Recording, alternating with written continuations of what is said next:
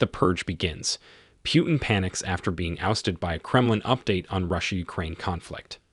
On May 25th, Putin became concerned when Kremlin insiders conspired to replace him as president. Officials in the Kremlin are scheming to replace Vladimir Putin and are contemplating a potential successor. According to reports, a government source told the Russian-language media outlet Meduza that Kremlin officials and other Russian elites who have supported Putin are coming out, claiming that no one is siding with or supporting the president. They said that everyone who has sided with Putin did so in terror, as they did not want to incite hostility towards the dictator. The Kremlin is discreetly carrying out an ejection, and everyone wants to get rid of the ruler. They kept doing business, and many members of the government were unhappy that the president launched the war without considering the magnitude of the sanctions he would be forced to accept. Such sanctions are being imposed on everyone by Putin. Russia has suffered as a result of the conflict, and he should be sacked.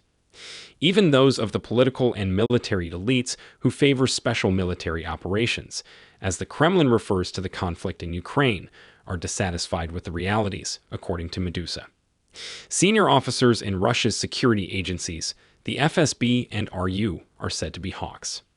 The hawks believe Putin is fighting a war of ignorance and is too indecisive to achieve a favorable conclusion for his desires. All this comes as the head of the Ukrainian Ministry of Defense's major intelligence organization, Major General Kirill Budanov, discloses that Putin is gradually isolating himself in order to avert an assassination plan. He had been terrified since escaping death by Ukrainian murderer at the end of February.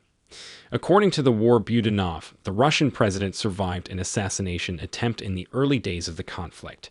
He was scared to actively groom a successor, realizing that in order to do so, he may need to take the chair a bit prematurely.